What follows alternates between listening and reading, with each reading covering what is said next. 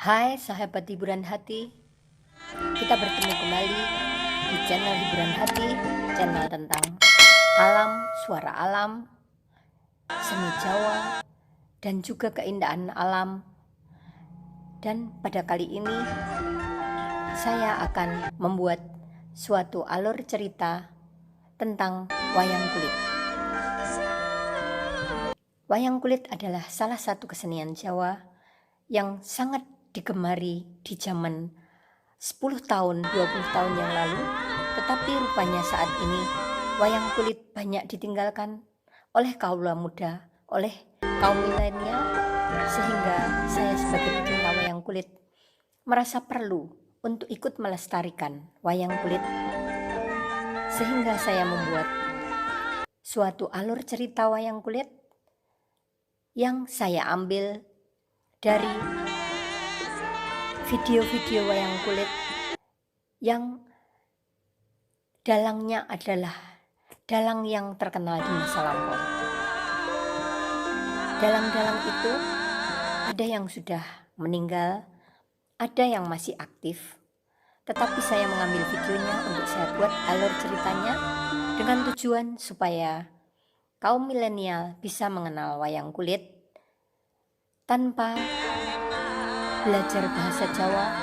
Saya akan membuat alur cerita dan juga nanti sedikit akan saya sampaikan dalam bahasa Inggris supaya seluruh penggemar wayang di dunia bisa mengetahui isi cerita wayang kulit. Dalam setiap alur cerita wayang kulit yang saya buat videonya, maka saya juga akan memberikan ulasan dengan bahasa Jawa supaya para pendengar bisa mengenal bahasa Jawa yang merupakan bahasa dari wayang kulit.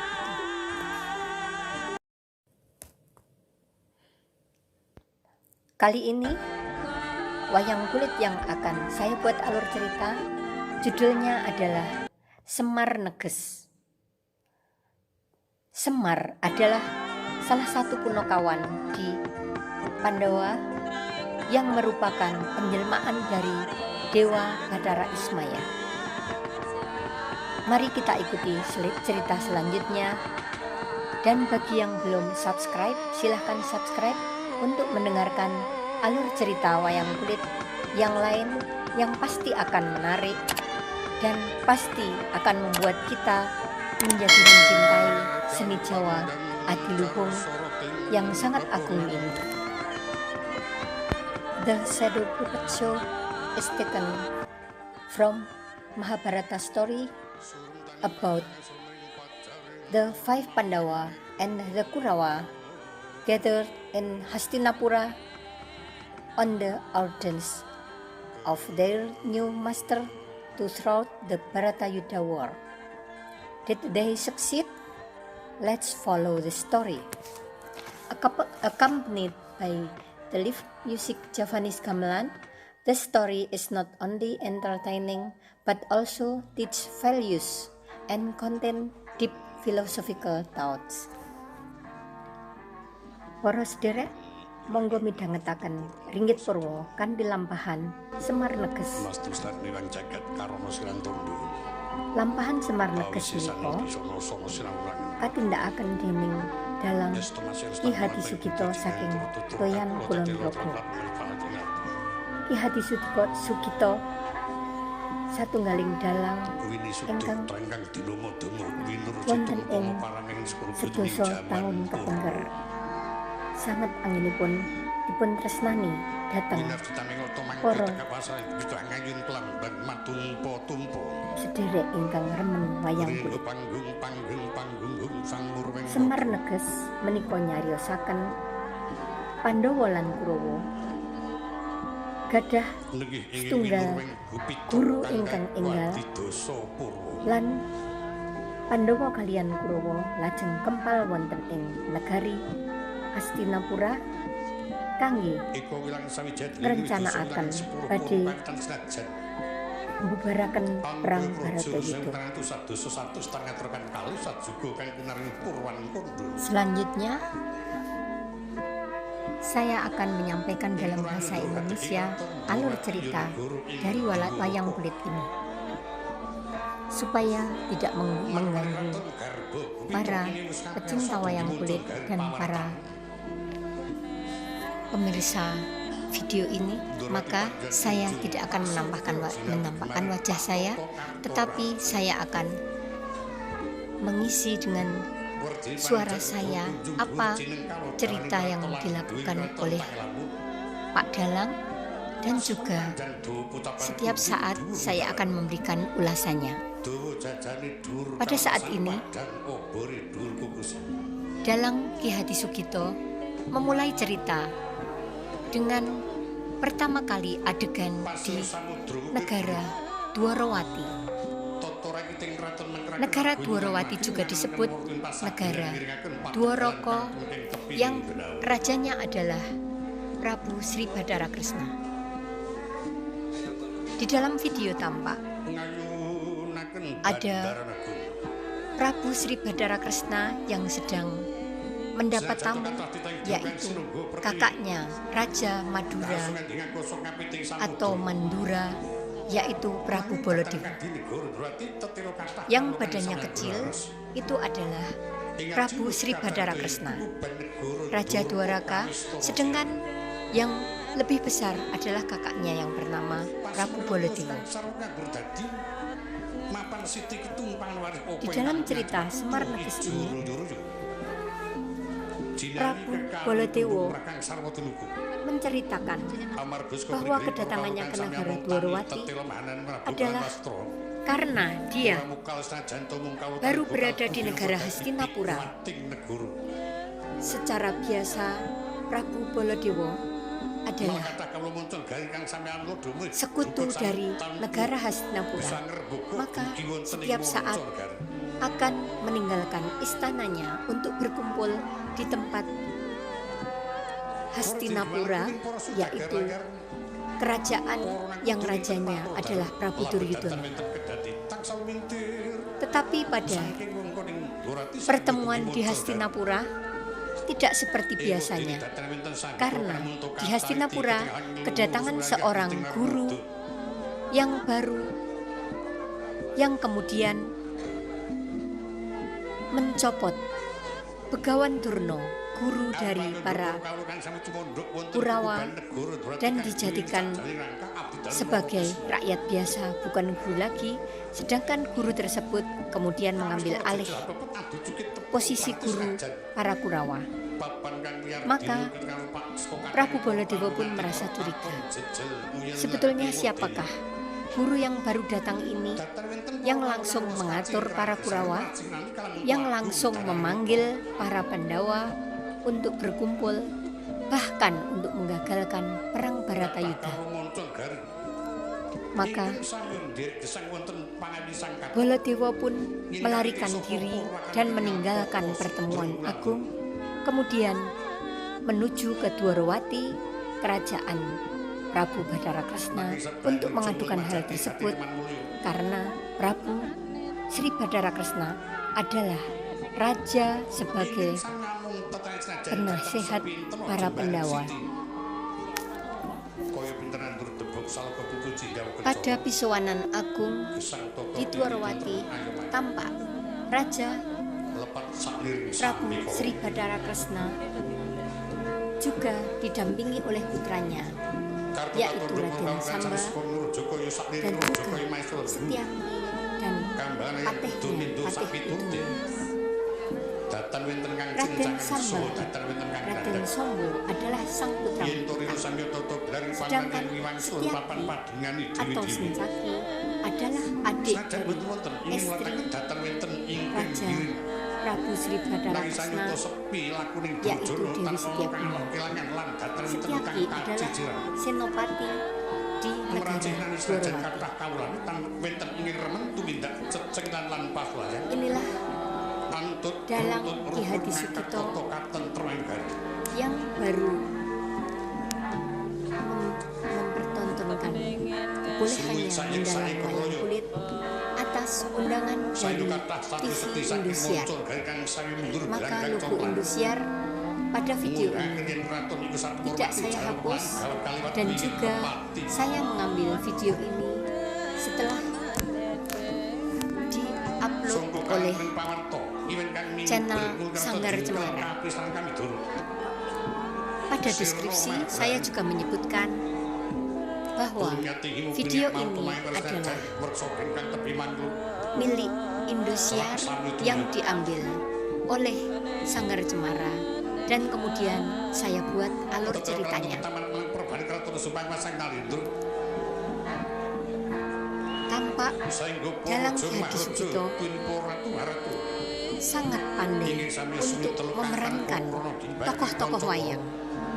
Suaranya sangat gandeng menurut bahasa Jawa, yaitu banyak bassnya, dan perbedaan suara antara satu tokoh dengan tokoh yang lain sangat jelas, tidak samar-samar.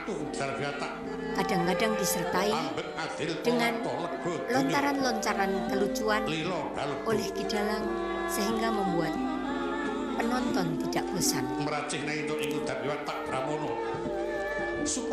Pada permulaan cerita wayang kulit seperti ini, masih tampak wayang kulit itu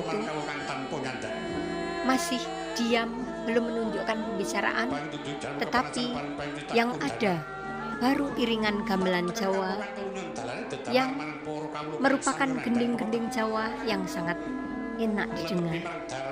Dan Pak Dalang berbicara pada penonton bahwa cerita wayang ini adalah adegan pertama negara Dwarawati, dan Pak Dalang menceritakan bagaimana keadaan negara Dwarawati tersebut. Pak Dalang menceritakan bahwa Dwarawati adalah negara yang luas dengan raja yang sangat bijaksana bernama Sri Bathara Kresna, dan Prabu Sri Bathara Kresna mempunyai 3 orang istri, yaitu Dewi Jembowati, Dewi Rukmini, dan Dewi Setyabhuma. Bahkan ada istri yang lain dari Prabu Sri Bathara Kresna, yaitu Dewi Pertiwi, yang sebetulnya Dewi Pertiwi itu adalah istri dari Dewa Wisnu yang menitis kepada Prabu Sri Bathara Kresna. Jadi bukan secara langsung istri dari Sri Bathara Kresna, hanya merupakan istri warisan karena Sri Bathara Kresna merupakan raja titisan Dewa Wisnu. Prabu Sri Bathara Kresna mempunyai putra dari Dewi Jembowati yang konon berupa seekor kera, karena Dewi Jembowati adalah putri dari Jembawan atau satria yang berwujud kera pada zaman Ramawijaya. Maka Dewi Jembowati memiliki putra Raden Sombo yang pada lahirnya penuh dengan bulu kera, sehingga oleh Dewa Raden Sombo kemudian diubah menjadi satria yang sangat ganteng, menjadi putra mahkota negara Dwarawati. Selanjutnya, Dalang pada saat-saat menceritakan tentang negara Dwarawati itu disebut dengan mencondro. Condro dari suatu negara dengan negara yang lain akan berbeda, sedangkan negara Dwarawati dicondro oleh Dalang Ki Hadi Sugito pada saat janturan. Janturan adalah permulaan wayang kulit dimainkan dan menjadi waktu-waktu Dalang untuk menceritakan prolog dari negara yang akan dibuat adegan cerita pertama. Cerita wayang kulit dimainkan oleh dalang itu selama semalam atau 8 jam. Sedangkan pada siang hari kadang-kadang ada juga wayang kulit yang dimainkan oleh dalang, misalnya untuk keperluan ruatan, untuk keperluan yang lain, tetapi tidak selama 8 jam.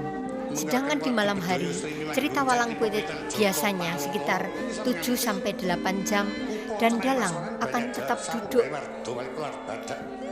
di depan wayang tanpa pernah pergi dari tempat tersebut. Dalang cukup kuat untuk 8 jam duduk dan menceritakan lakon cerita yang dijalankan. Demikianlah teman-teman, dalang selalu berbicara, mencondro negara yang baru dibuat adegan. Sedangkan gending-gending Jawa atau irama seni Jawa tersebut selalu ada 8 jam menemani Pak Dalang memainkan wayang. Setelah nanti gending-gending tersebut selesai dimainkan, maka Pak Dalang akan bernyanyi. Nyanyian itu disebut suluk. Pak Dalang akan bernyanyi seperti mencondro, tetapi dibuat lagu, dan lagu-lagu tersebut adalah mirip pada setiap dalang-dalang. Setelah bernyanyi, baru Pak Dalang akan memainkan tokoh-tokoh wayang tersebut dengan suara-suara khasnya setiap tokoh yang tidak akan keliru. Mari kita dengarkan cerita selanjutnya, dan mungkin apabila ini masih ada gamelan dan belum berhenti gamelannya, maka akan saya lewati supaya kita bisa segera mendengarkan isi ceritanya. Saat ini dalang menceritakan tentang Prabu Baladewa. Prabu Baladewa adalah kakak dari Prabu Sri Bathara Kresna yang merupakan raja di negara Mandura.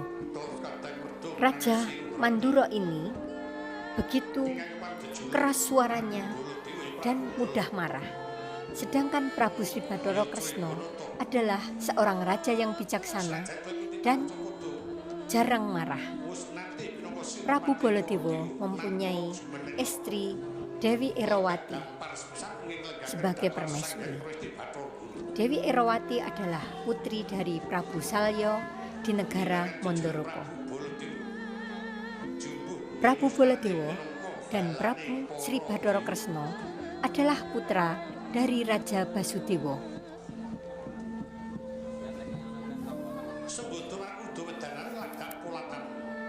Pengiring wayang kulit adalah gamelan Jawa, dan seni gamelan Jawa disebut seni karawitan. Pengiring wayang kulit dengan gamelan Jawa bisa merupakan sekelompok orang yang disebut dengan wiyoga, yang jumlahnya sekitar 15, 20 atau 25 orang. Juga ada penyanyi-penyanyi wanita yang disebut dengan sinden. Pengiring wayang kulit ini pun semalam suntuk 8 jam menemani Pak Dalang dalam memainkan wayangnya. Biasanya pengiring wayang kulit ini berdandan dengan busana adat Jawa, dengan ikat blangkon atau busana surjan gaya Yogyakarta, karena dalang Ki Hadisudito adalah wayang dengan gagrak Yogyakarta.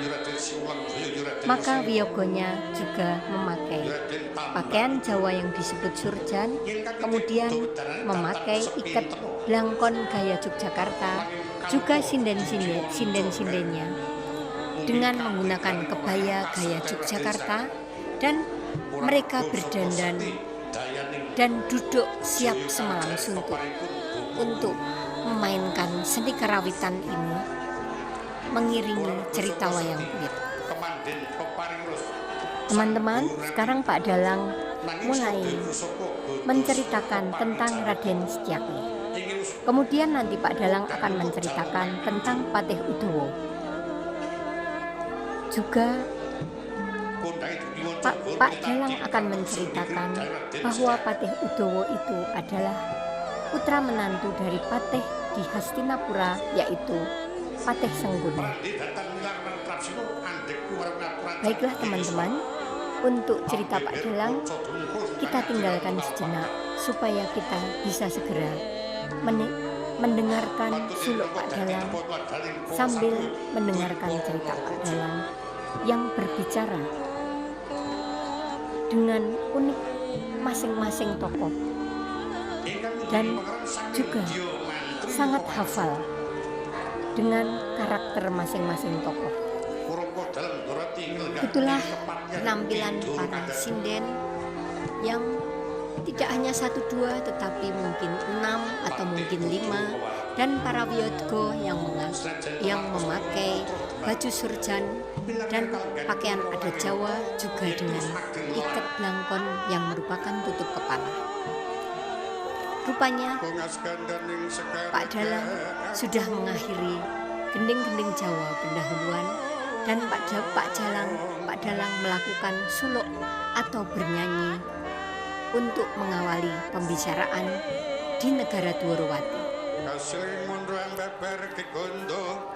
Pada waktu suluk, Pak Dalang biasanya akan menyebut nama dari siapa yang akan dimainkan, sehingga untuk suluk di negara Dwarawati maka Pak Dalang bisa saja menyebut Sri Bathara Kresna. Kemudian untuk suluk di negara lain atau dengan memainkan wayang yang lain, Pak Dalang akan suluk atau bernyanyi menyebut wayang yang akan dimainkan tersebut. Begitulah uniknya cerita wayang, teman-teman.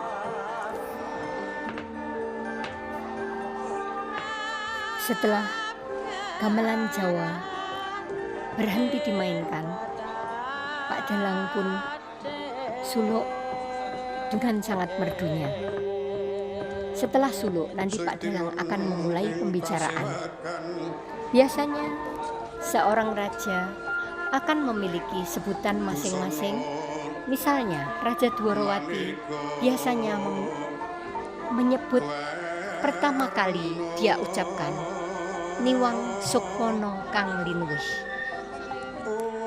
Sangat banyak sekali sebutan-sebutan yang disebut oleh masing-masing tokoh wayang yang saya pun tidak terlalu mengerti artinya, tetapi saya sangat menikmati pertunjukan wayang kulit sehingga saya kadang-kadang juga hafal akan sebutan-sebutan tersebut.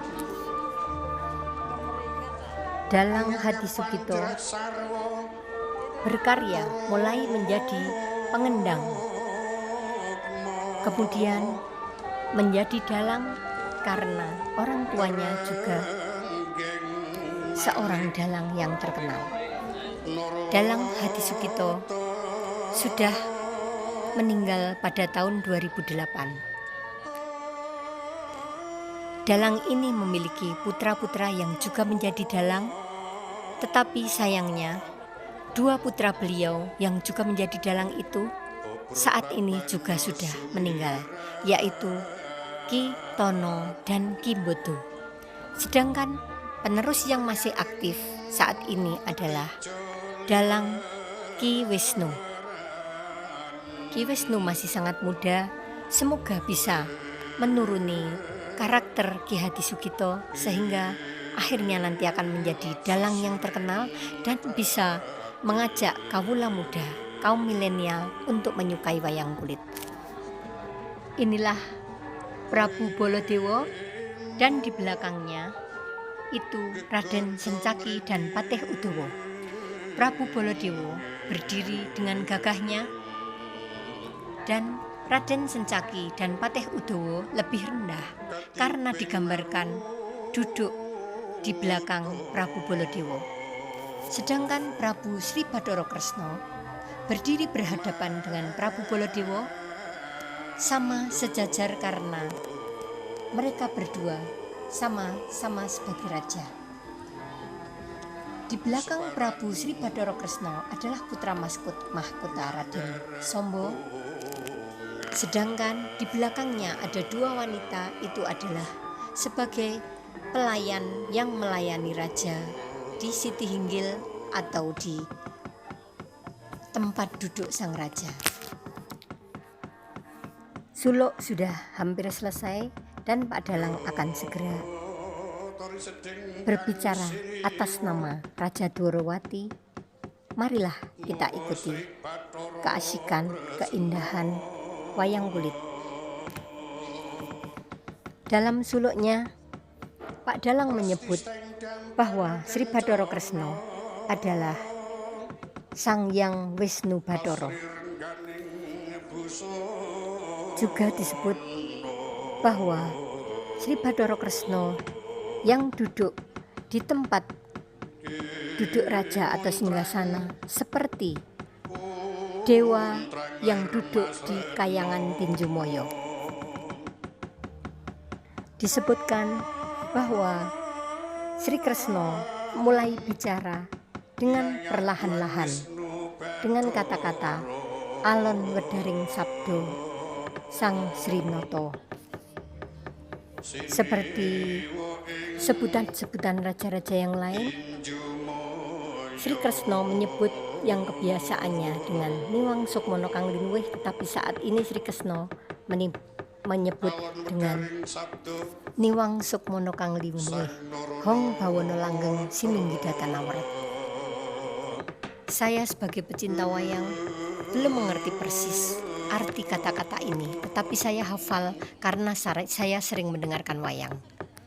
Kemudian Sri Kresna pun menyapa patihnya, Patih Udawa, dan nanti akan dilanjutkan dengan menyapa yang lain. Pasti Sri Kresna sangat memperhatikan kakaknya yang seharusnya berada di negara Hastinapura, tetapi mengapa datang di negara Dwarawati menemui Sri Kresna. Maka Sri Kresna menanyakan kepada Prabu Baladewa, apakah gerangan maksudnya berada di negara Dwarawati. Kresna juga mempersilahkan Patih Udawa, Raden Sencaki dan putranya Samba untuk memberikan penghormatan kepada Prabu Baladewa. Maka masing-masing dari mereka, Raden Sencaki, Patih Udawa, dan Raden Samba pun mengaturkan sembah bekti kepada Prabu Baladewa. Sri Kresna menanyakan kepada Udawa, bagaimana kondisi rakyatnya di Dwarawati, apakah patuh dengan sang raja atau ada masalah-masalah lain. Dan Patih Udawa pun mengemukakan bahwa rakyat Dwarawati masih setia kepada sang raja, masih sangat mencintai sang raja. Bahkan banyak dari para kawula itu menyampaikan glondong pengarem-arem atau bingkisan kepada sang raja sebagai tanda baktinya, sebagai tanda cintanya kepada sang raja.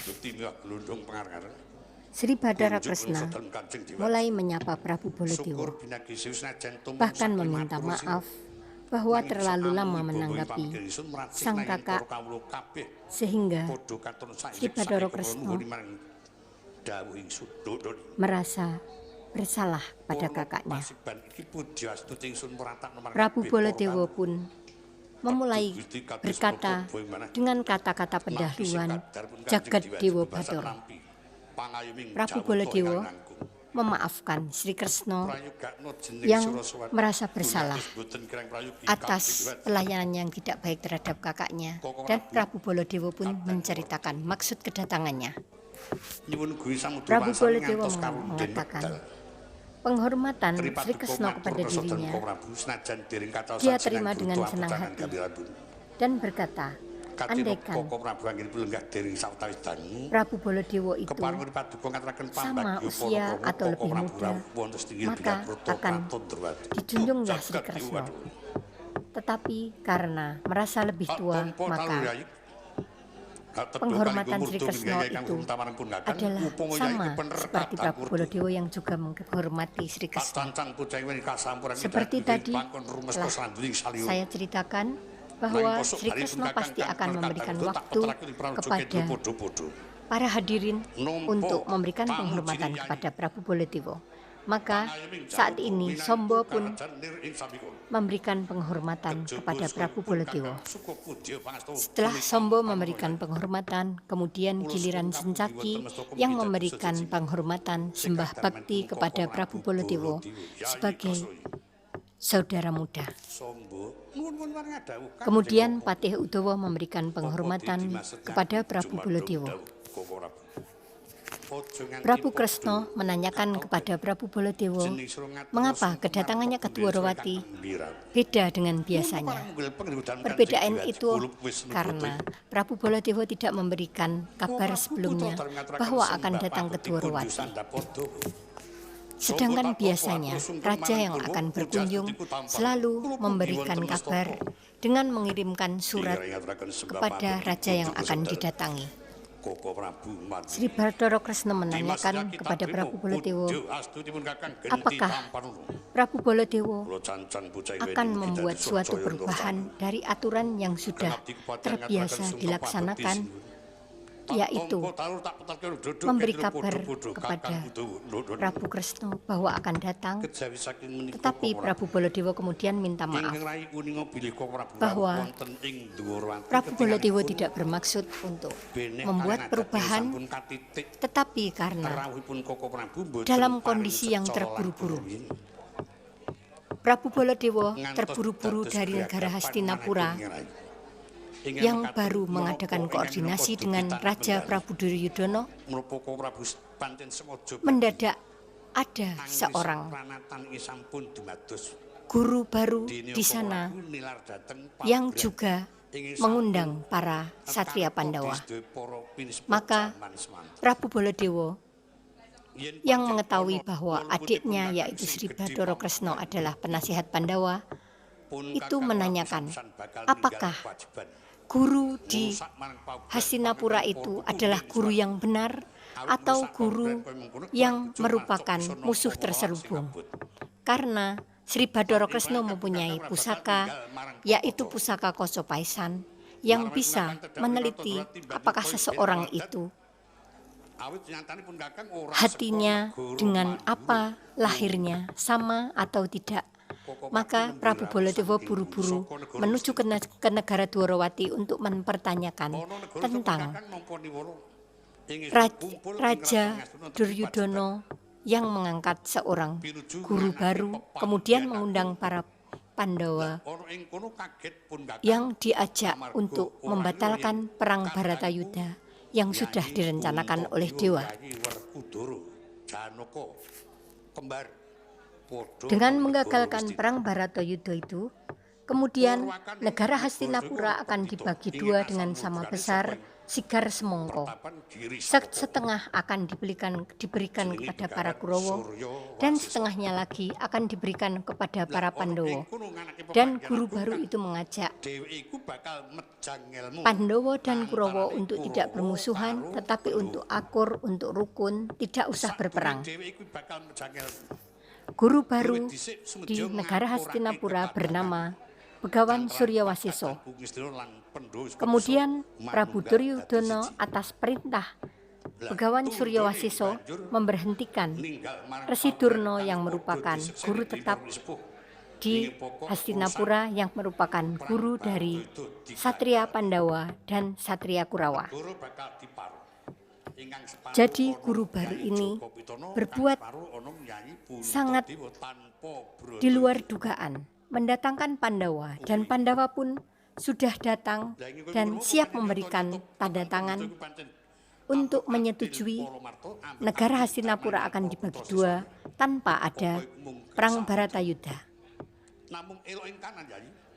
Maka Prabu Baladewa pun meminta Sri Bathara Kresna untuk segera meneliti lewat Kocapaisan apakah guru itu kemudian merupakan menceritakan bahwa orang yang benar atau merupakan tamunya yang saat ini datang langsung menghadap ke Sri Bathara Kresna, negara Hastinapura ataupun Pandawa, atau akan mencelakakan para Pandawa dan semua karena selama ini Kurawa sering sekali memperdaya Pandawa untuk ditipu daya supaya bisa dikalahkan tanpa perang Baratayuda. Baladewa menceritakan bahwa kepergiannya sangat mendadak. Bahkan Dalang Ki Hadi Sukjito yang biasa melucu mengatakan bahwa Prabu Baladewa meninggalkan itu sebelum ada senek atau pasugatan yang keluar, sehingga langsung berlari menuju ke negara Dwarawati. Apakah Prabu Baladewa aman-aman saja meninggalkan negara Hastinapura tanpa pamit? Mari kita ikuti cerita selanjutnya.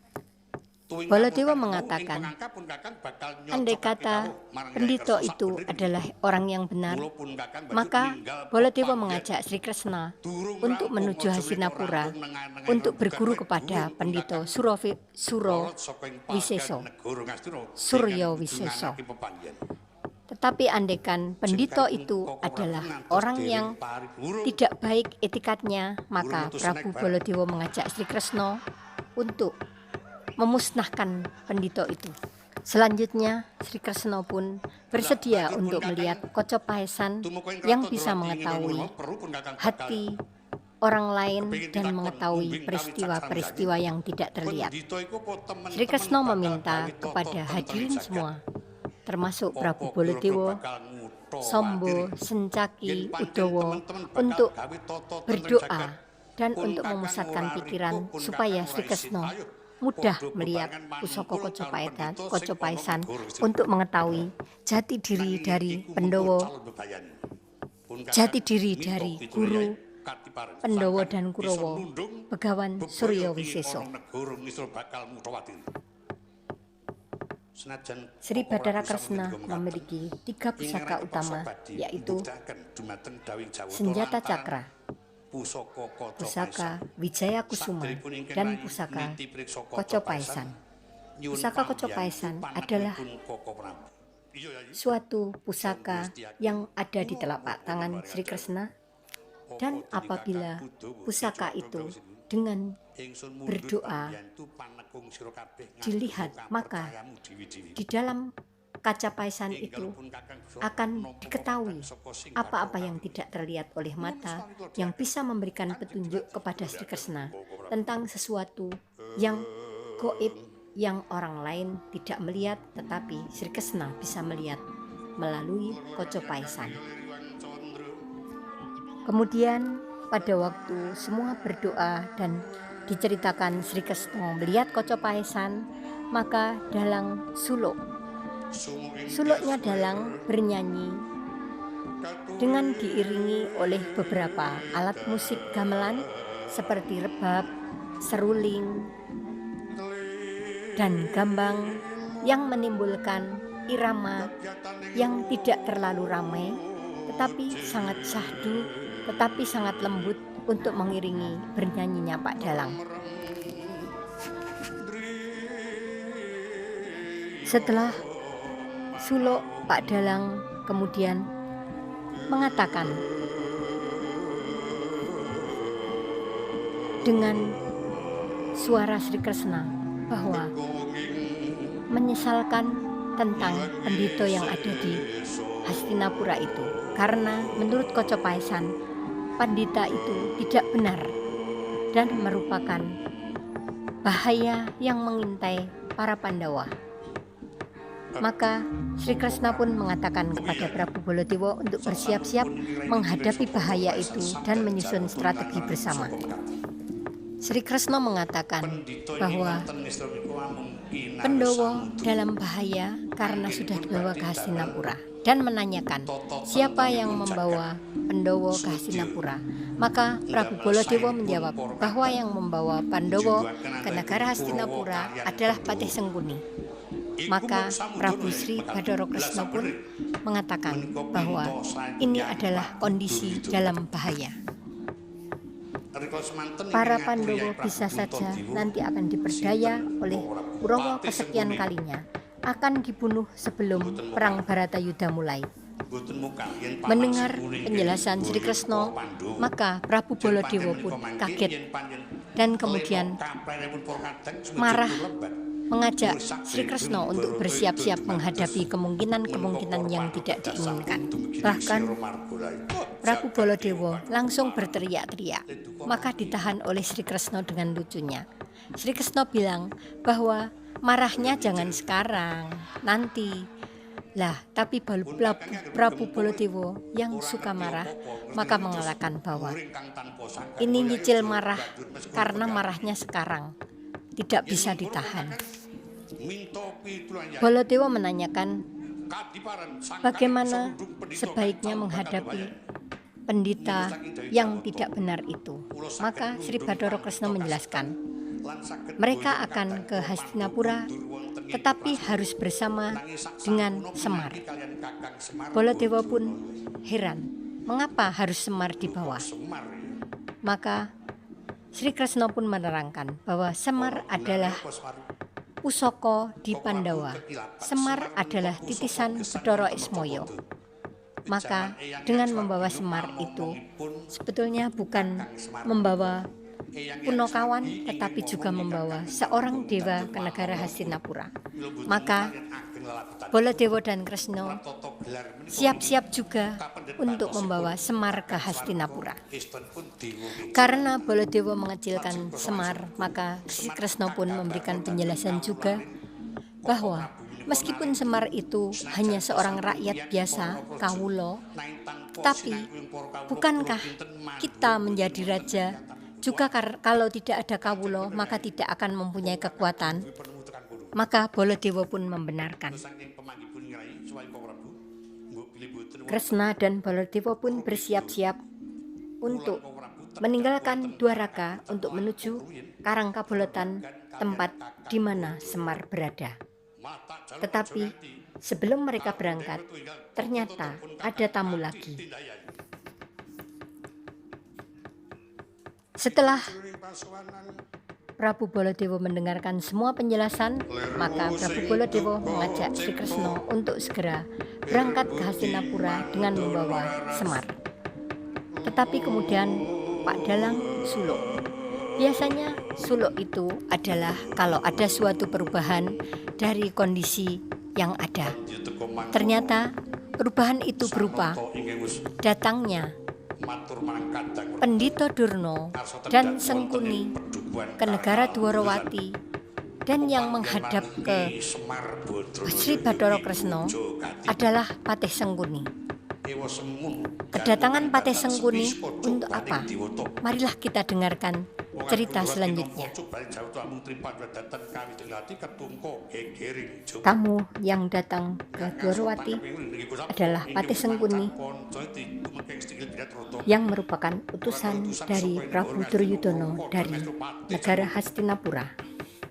Selain utusan Prabu Duryudana, juga utusan sang resi yang baru di Hastinapura.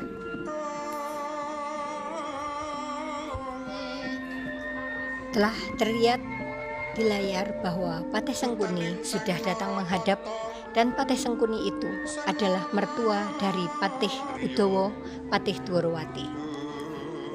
Apakah pesan yang dibawa oleh Patih Sengkuni dari Raja Duryudana?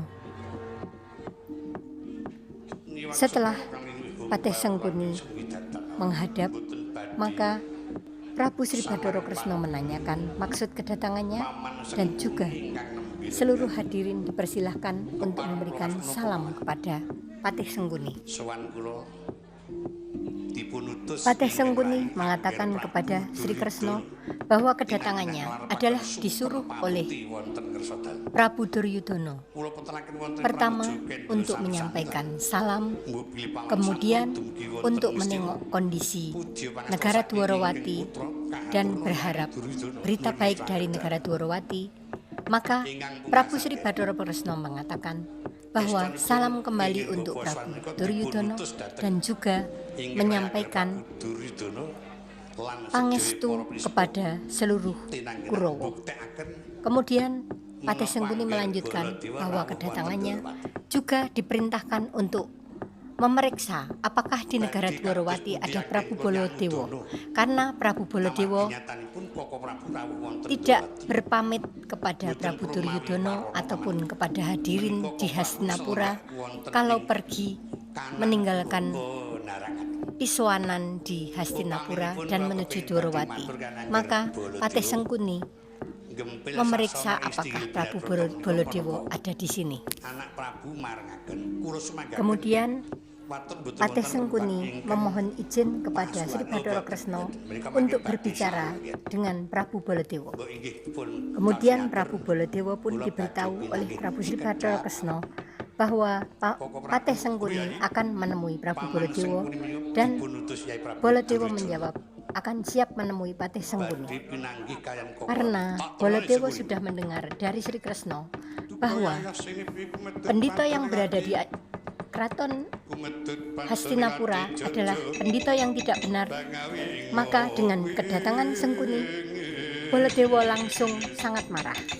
Maka dalang pun suluk yang menggambarkan marahnya Prabu Baladewa. Kemudian Patih Sengkuni menanyai Prabu Baladewa, mengapa Prabu Baladewa meninggalkan Piswanan Agung di Hastinapura tanpa pamit.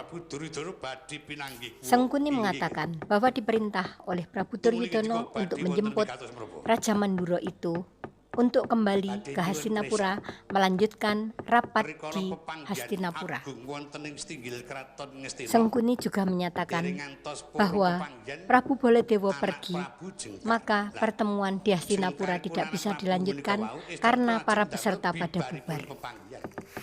Patih Sengkuni mengatakan akan segera membawa Prabu Baladewa untuk kembali ke Hastinapura melanjutkan pertemuan dengan para pini sepuh di Hastinapura.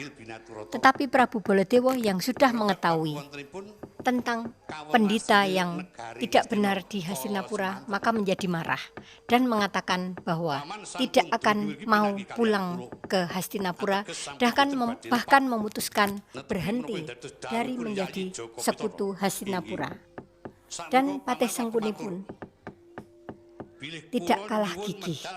Dia mengatakan bahwa dia datang ke Dwarawati untuk menjemput Prabu Baladewa bukan merupakan duta utusan, bukan merupakan orang yang diperintah untuk membawa saja, tetapi juga merupakan duta ngerampungi yang harus mengantisipasi andekan Prabu Baladewa tidak mau, maka akan dipaksa untuk pulang ke negara Hastinapura. Maka Prabu Baladewa pun sangat marah kepada Patih Sengkuni, dan karena Patih Sengkuni memperlihatkan keberaniannya terhadap Prabu Baladewa, bahkan menantang bahwa akan memaksa Prabu Baladewa untuk pulang ke Hastinapura, maka Patih Sengkuni pun ditendang di Siti Hinggil Binaturoto di negara Dwarawati itu. Maka Patih Sengkuni ditendang oleh Prabu Baladewa langsung terlempar keluar dari istana. Baladewa menanyakan mengapa yang disuruh oleh Raja Duryudono untuk menjemput Baladewa adalah Patih Sengkuni. Maka Patih Sengkuni menjawab bahwa yang lain tidak berani berhadapan dengan Prabu Baladewa, tetapi Patih Sengkuni berani menghadapi Prabu Baladewa jika menolak untuk dibawa ke istana Hastinapura. Berkali-kali Patih Sengkuni menyampaikan kepada Baladewa, membujuk untuk supaya mau diajak ke Hastinapura. Tetapi berkali-kali pula Prabu Baladewa menolak dan tidak mau diajak ke negara Hastinapura. Terakhir, Prabu Baladewa menendang Patih Sengkuni dan dengan marah kemudian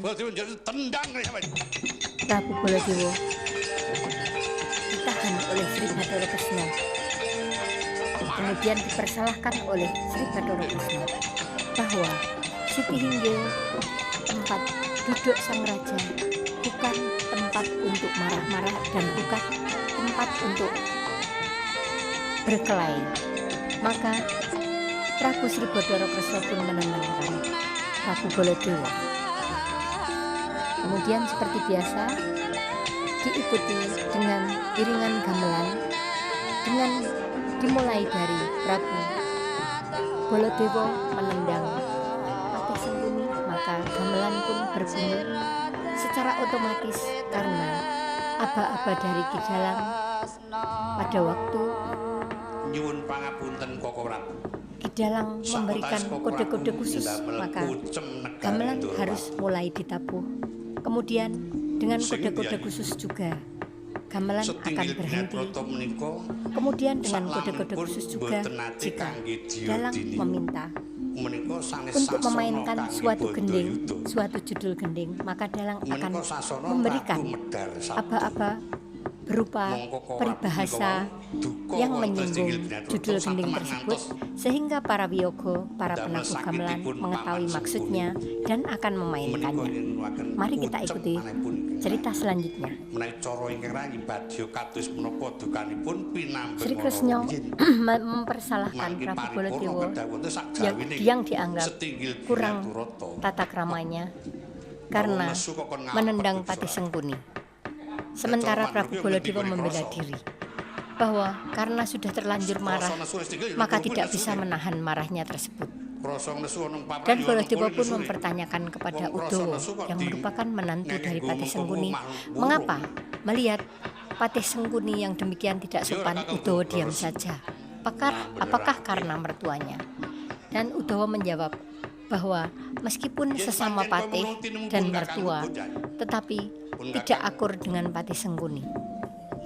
Kemudian Sri Kresna pun mengatakan bahwa karena sudah terjadi sesuatu yang menegangkan, maka Sri Kresna mengharapkan untuk Prabu Baladewa keluar dari istana, keluar dari Sitihinggil untuk menemui Patih Sengkuni, dan lokasinya sebaiknya di hutan Gelagah Tinunu yang merupakan batas luar kota negara Dwarawati, supaya tidak terlihat oleh rakyat Dwarawati bahwa Prabu Baladewa sedang berantem dengan Patih Sengkuni. Kemudian Prabu Baladewa mengajak Sencaki dan Udawa untuk menemui Sengkuni di hutan Gelagah Tinunu. Sementara Sri Kresna mengajak Sombo untuk kembali ke istana berpamit dengan ibunya, karena Sri Kresna juga akan pergi menemui Semar untuk diajak ke negara Hastinapura. Maka pertemuan agung di Sitihinggil Dwarawati pun bubar. Prabu Baladewa keluar istana dan Prabu Sri Bathara Kresna masuk ke istana diiringi oleh Sombo menemui sang permaisuri.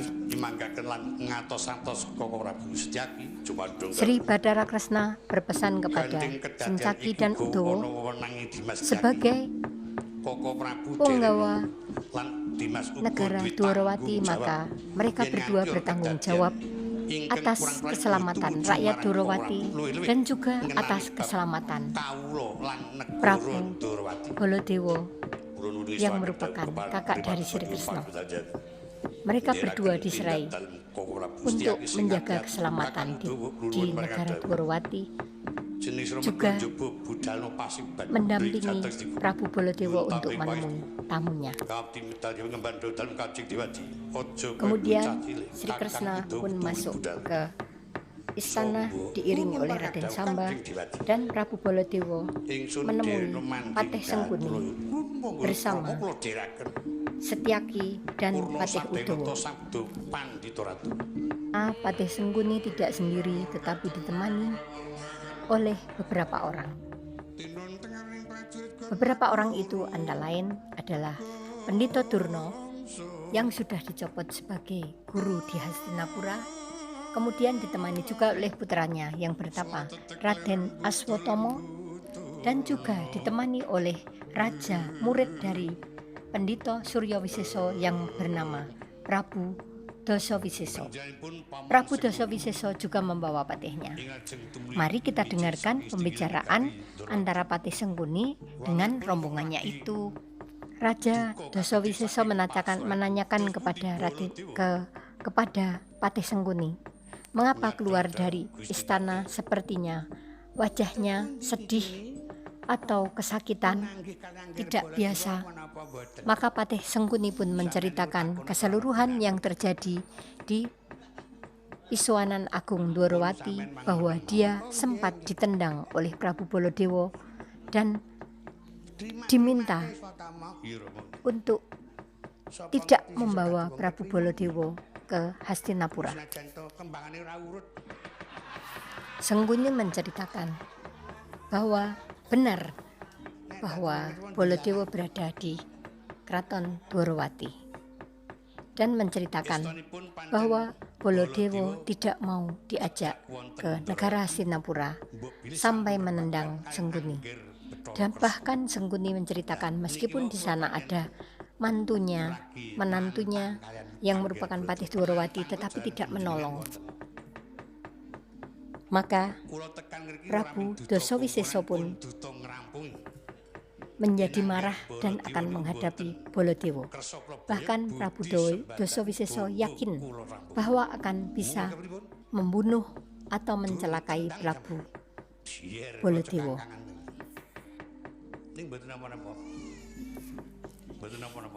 Dasawisesa menceritakan kepada Sengkuni bahwa sebetulnya mereka yang paling penting bukan membawa Baladewa ke Hastinapura, tetapi membawa Sri Bathara Kresna ke Hastinapura. Sri Bathara Kresna diperlukan oleh Puntadewa untuk ikut menandatangani pembagian negara setengah Hastinapura, karena Sri Kresna adalah penasihat dari para Pandawa. Tanpa Sri Kresna tanda tangan, Puntadewa dan Werkudara, Janaka, Nakula Sadewa tidak akan mau menandatangani kesepakatan untuk menggagalkan Baratayuda dan menggagalkan perang yang sudah direncanakan oleh dewa itu, dan juga tidak akan sepakat untuk menerima negara Hastinapura yang dibagi setengah-setengah sebelum Baratayuda. Maka Dasawisesa pun mempersiapkan untuk membawa Sri Kresna ke Hastinapura, sedangkan akan dibuat keadaan yang bisa memaksa Prabu Baladewa tidak bisa kemana-mana, tidak bisa keluar dari negara Dwarawati. Apakah yang akan dilakukan oleh Dasawisesa?